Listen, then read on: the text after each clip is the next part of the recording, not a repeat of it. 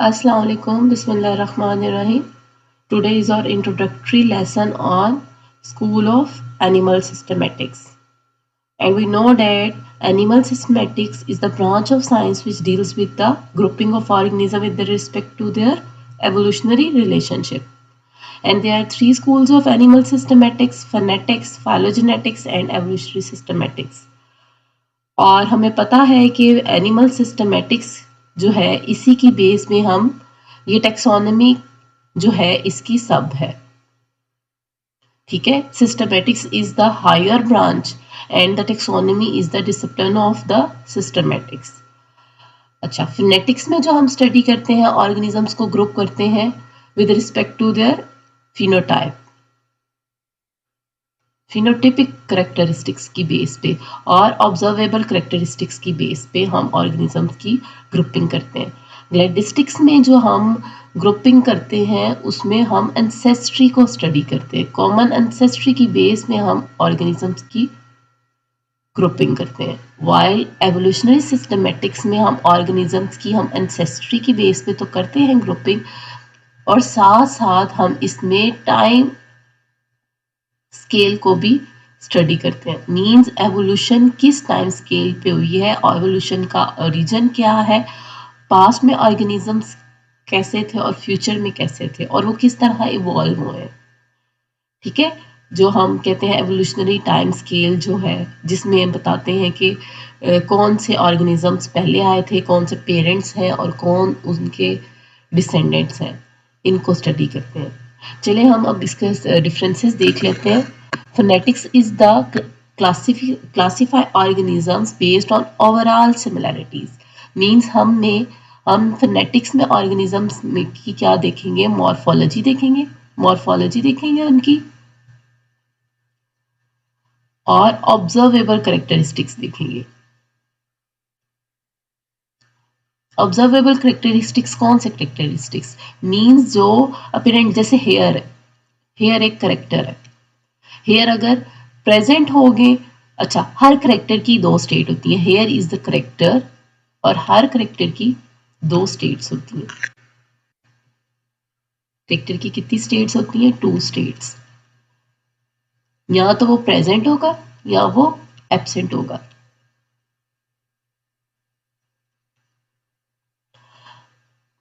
तो hair character की दो स्टेट्स हैं, एक हेयर प्रेजेंस और एक हेयर एब्सेंस। अब हम ऑर्गेनिजम्स को जिनको हमने ग्रुप करना है उनको इस करेक्टर की बेस पे, करेक्टर्स जितने करेक्टर की ढेर सारे, मतलब फॉर एग्जांपल हम 5 ऑर्गेनिज्म को स्टडी कर रहे हैं और 5 करेक्टर्स दिए हुए हैं, hair, skin colour, legs, mode of locomotion वगैरह। तो हम उसमें देखेंगे कि ये ए और बी में के 3 करेक्टर्स जो हैं उनमें आपस में रिजेम्बलेंस है, तो उनको आपस में उनको ग्रुपिंग करेंगे उस लिहाज से, ठीक है। मॉर्फोलॉजी और ऑब्जर्वेबल करेक्टरिस्टिक्स की बेस पे, फिनोटाइप की बेस पे जो हम ऑर्गेनिजम्स की ग्रुपिंग करते हैं, एवोल्यूशनरी रिलेशन देखते हैं, उसको हम क्या कहते हैं? फोनेटिक्स। फोनेटिक्स को एक और टर्म यूज करते हैं इसके लिए, टैक्सीमेट्रिक, और इसको हम न्यूमेरिकल सिस्टमेटिक्स भी कहते हैं। और क्या कहते हैं हम इसको? Numerical systematics. क्लैडिस्टिक्स जो है उसको हम फाइलोजेनेटिक्स भी कहते हैं। इसमें ऑर्गेनिज्म को किस बेस पे स्टडी किया जाता है? एंसेस्ट्री की बेस पे। इसमें हम ऑर्गेनिजम्स की फिनोटाइप तो हम देखते ही देखते हैं, फिनोटाइप भी देखते हैं उसकी मॉर्फोलॉजी, बिहेवियर, जीनोटाइप, एंसेस्ट्री और एवोल्यूशनरी रिलेशनशिप। अच्छा, यहाँ एक टर्म आएगा, इसमें हम ऑर्गेनिजम्स की एवोल्यूशनरी रिलेशनशिप की बेस पे स्टडी करते हैं, रिलेशनशिप की बेस पे स्टडी करते हैं, ओके। और अगर हम कहें कि ये जो एवोल्यूशनरी सिस्टमेटिक्स है इसको हम एवोल्यूशनरी रिलेशनशिप की बेस पे तो स्टडी करते ही करते हैं, साथ हम इसमें एवोल्यूशनरी ओरिजिन को स्टडी करते हैं।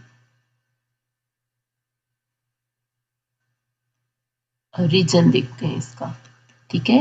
Evolutionary reason plus evolutionary relationship, ठीक है।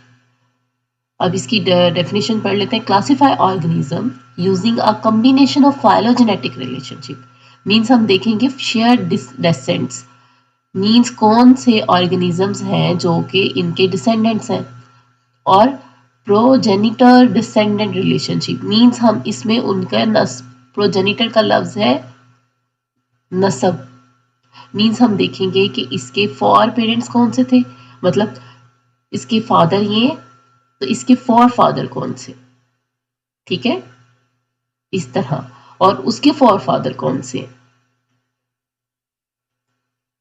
इसको हम क्या कहेंगे, एवोल्यूशनरी सिस्टमैटिक्स। इसको एक और टर्म दी हुई है, इसको हम क्या कहते हैं, एक्लेक्टिक्स भी कहते हैं। क्या कहते हैं, एक्लेक्टिक्स, ठीक है। I hope you will understand it. अब हम इसके दरमियान, इन तीनों के दरमियान डिफरेंस देख लेते हैं। मैं इसको रेज कर दूं, फिर हम इसके दरमियान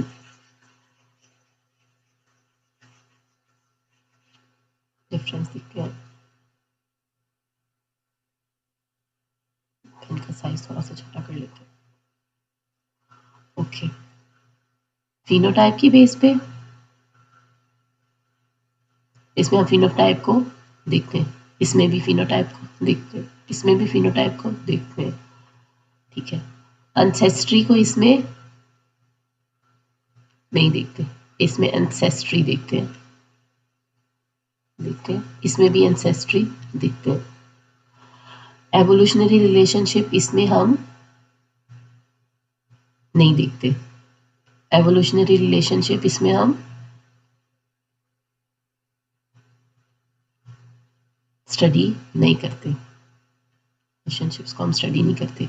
इसमें एवोल्यूशनरी रिलेशनशिप्स को हम स्टडी करते हैं, इसमें भी एवोल्यूशनरी रिलेशनशिप्स को हम स्टडी करते हैं, ओके। एवोल्यूशनरी ओरिजिन किस में स्टडी करते हैं, एवोल्यूशनरी ओरिजिन सिर्फ हम किस में स्टडी करते हैं, एवोल्यूशनरी सिस्टमैटिक्स में। एवोल्यूशनरी ओरिजिन हम इसमें स्टडी करते हैं, एवोल्यूशनरी ओरिजिन इसमें भी स्टडी नहीं करते और इसमें भी स्टडी नहीं करते। ये आपने मेमोराइज कर लेना है फिंगर टिप्स पे। एवोल्यूशनरी ओरिजिन किस में स्टडी करते हैं, एवोल्यूशनरी सिस्टमैटिक्स में। एवोल्यूशनरी रिलेशनशिप और एंसेस्ट्री किस में देखते हैं, क्लैडिस्टिक्स में। फिनेटिक्स में हम क्या देखते हैं, phenotype, apparent characteristics, observable characteristics, उसमें क्या आ जाता है, लोकोमेट्री पैटर्न, मोड ऑफ रिप्रोडक्शन और अपेरेंट कैरेक्टरिस्टिक्स, ये बाल है या तो बच्चे ये अंडे देते हैं या नहीं देते, ये दूध पिलाते हैं और ये खुश्की में रहते हैं, ये लैंड एनिमल है, लाइक दिस अपेरेंट कैरेक्टरिस्टिक्स की बेस पे। और इसके जो एक्यूरेट, अगर हम एक्यूरेसी देखें तो ये इतना एक्यूरेसी इसकी नहीं है, इसकी एक्यूरेसी रेट कम है, इसका एक्यूरेसी रेट नॉर्मल है, ओके, लेकिन इसका एक्यूरेसी रेट सबसे ज़्यादा, ठीक है। हम कह सकते हैं कि hypothetical picture of history of organisms, इसको क्या कहते हैं, क्लैडिस्टिक्स को hypothetical picture of history of organism.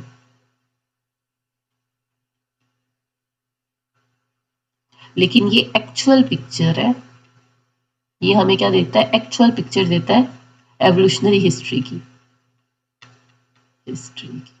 Okay. अब हम एग्जांपल देख लेते हैं इसकी। जब अच्छा, इसके जो टेंड्रोग्राम है उसको हम क्या कहते हैं, फिनोग्राम, क्या कहते हैं, फिनोग्राम। और क्लैडिस्टिक्स को हम क्या कहते हैं, क्लैडोग्राम, फाइलो, और इसको हम क्या कहते हैं, फाइलोग्राम,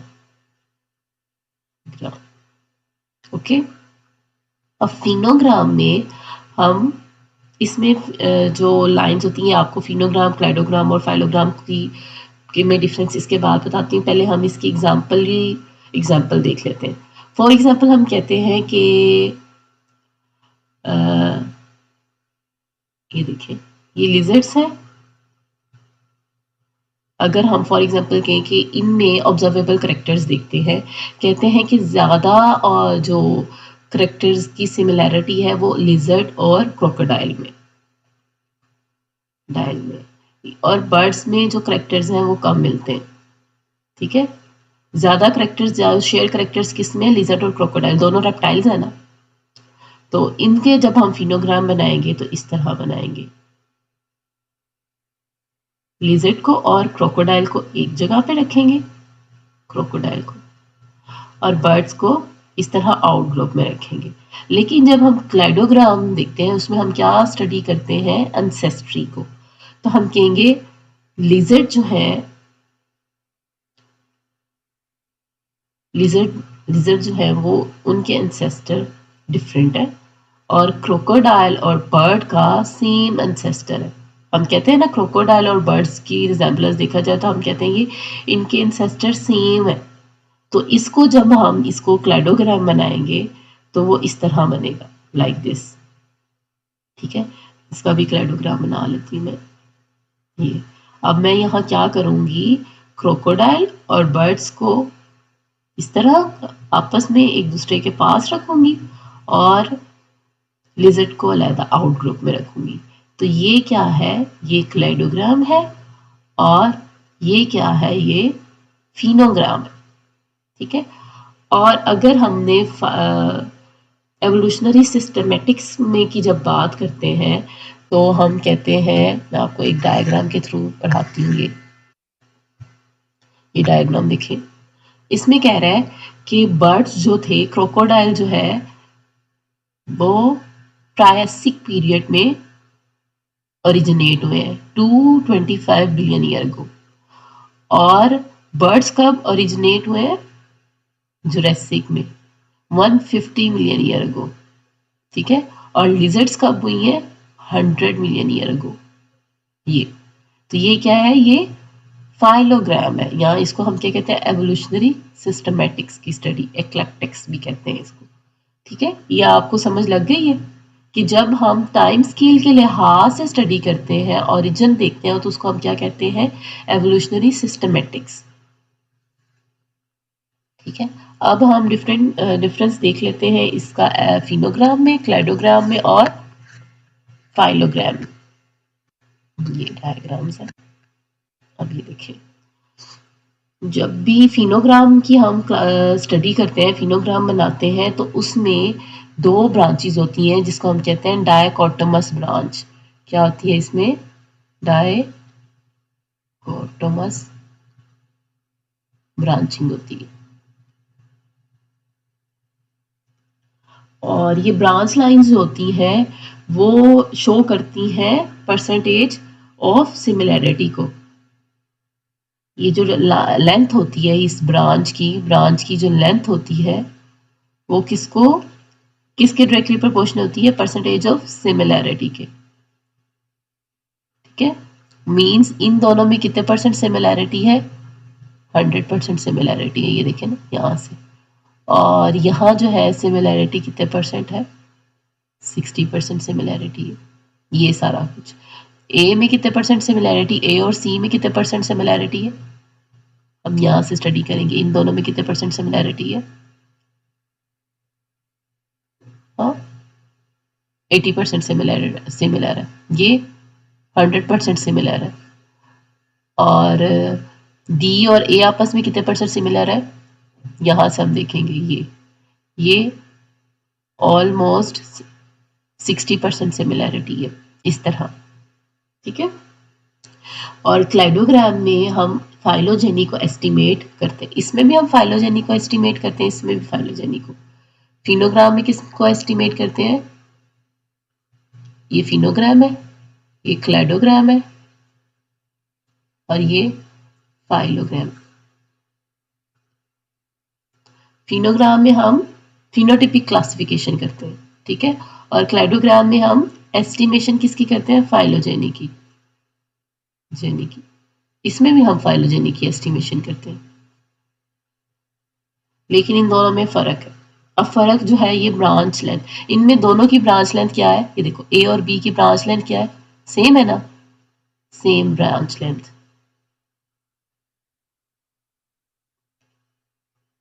मीन्स ये सिर्फ हमें बता रही है इनके कॉमन एंसेस्टर सेम है, ठीक है, और ये बता रही है सी और डी के कॉमन एंसेस्टर सेम है। बी और डी जो है इनमें इन दोनों के एंसेस्टर डिफरेंट है, ये बता रहा है क्लेडोग्राम। फाइलोग्राम में ये जो ब्रांच लेंथ है वो हमें बताती है कि amount of interfere evolutionary change, मतलब इनमें कितना एवोल्यूशनरी चेंज आया है। इसकी ब्रांच लेंथ ज़्यादा है तो इसमें एवोल्यूशनरी चेंज ज़्यादा है। इनकी ब्रांच लेंथ इन दोनों, देखिए मैं आपको बताती हूँ, ये सी और डी की ब्रांच लेंथ कम है, मीन्स ये अभी अभी ड्राइव्ड हुए हैं, ये रिसेंट ड्राइव करेक्टर है।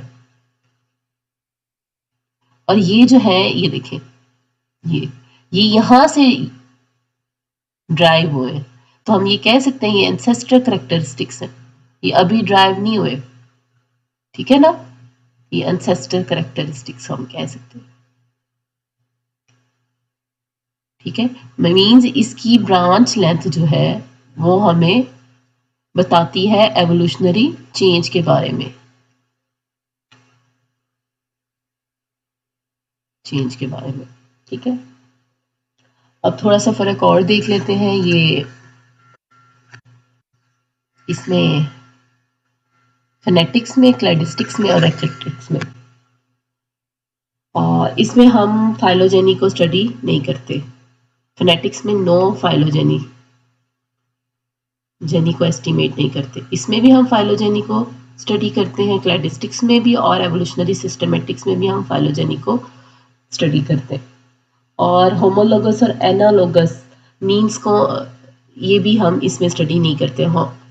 होमोप्लासी और होमोलोगस इसमें हम स्टडी नहीं करते, लोगस करेक्टरिस्टिक्स को हम यहाँ स्टडी नहीं करते, इन दोनों में हम करते हैं स्टडी, होमोलोगस को भी और होमोप्लासी और एनालोगस को भी हम इसमें स्टडी करते हैं। और यही है, ये मेन इसमें डिफरेंस है। I hope you will understand the difference between phenetics, cladistics and phylogeny, ठीक है। अच्छा, फाइलोजेनेटिक्स और क्लैडिस्टिक्स ये सेम टर्म है, ये कंफ्यूज नहीं करना। और न्यूमेरिकल सिस्टमेटिक्स जब आएगा तो वो क्या है, फोनेटिक्स है। और अगर हम कहें कि मॉडर्न टेक्सोनॉमी और या मॉडर्न सिस्टमेटिक्स क्या है, तो ये evolutionary systematics is the modern systematics और मॉडर्न टेक्सोनॉमी। और एक और मैंने बात आपको बतानी थी, वो क्या थी, यस, जब भी आप से कोई पूछे कि एवोल्यूशनरी सिस्टमेटिक्स जो है इसमें हम और एवोल्यूशनरी पैटर्न किस में स्टडी करते हैं, तो आपने क्या कहना है, एवोल्यूशनरी सिस्टमेटिक्स में हम एवोल्यूशनरी पैटर्न को स्टडी किया जाता है। एवोल्यूशनरी ओरिजिन को भी हम कहाँ से स्टडी करते हैं, एवोल्यूशनरी सिस्टमेटिक्स में। एंसेस्ट्री को हम स्टडी करते हैं फोनेटिक्स में, और फिनोटाइपिक कैरेक्टरिस्टिक्स को हम फोनेटिक्स में स्टडी करते हैं। और अगर पूछा जाए कि न्यूमेरिकल मॉडर्न सिस्टमेटिक्स ये और ट्रेडिशनल सिस्टमेटिक या टैक्सोनॉमी क्या है, तो वो फोनेटिक्स है। और जीनोटाइप किस में देखते हैं, डीएनए और मैसेंजर आरएनए वगैरह की स्टडी जो हम जेनेटिक्स की स्टडी किन दोनों में करते हैं, फाइलोजेनेटिक्स में और एवोल्यूशनरी सिस्टमेटिक्स में, ठीक है। मतलब राइबोसोमल आरएनए और जीनोटाइप में जो फ़र्क देखते हैं हम, डीएनए के स्ट्रक्चर में जो स्टडी किया जाता है वो किस में किया जाता है, इन दोनों में, ठीक है। और पैलेंटोलॉजी की बेस पे जो हम क्लासिफिकेशन करते हैं वो भी फाइलोजेनेटिक और एवोल्यूशनरी सिस्टमेटिक्स में करते हैं। Hope you will understand my lecture and अल्लाह हाफिज़।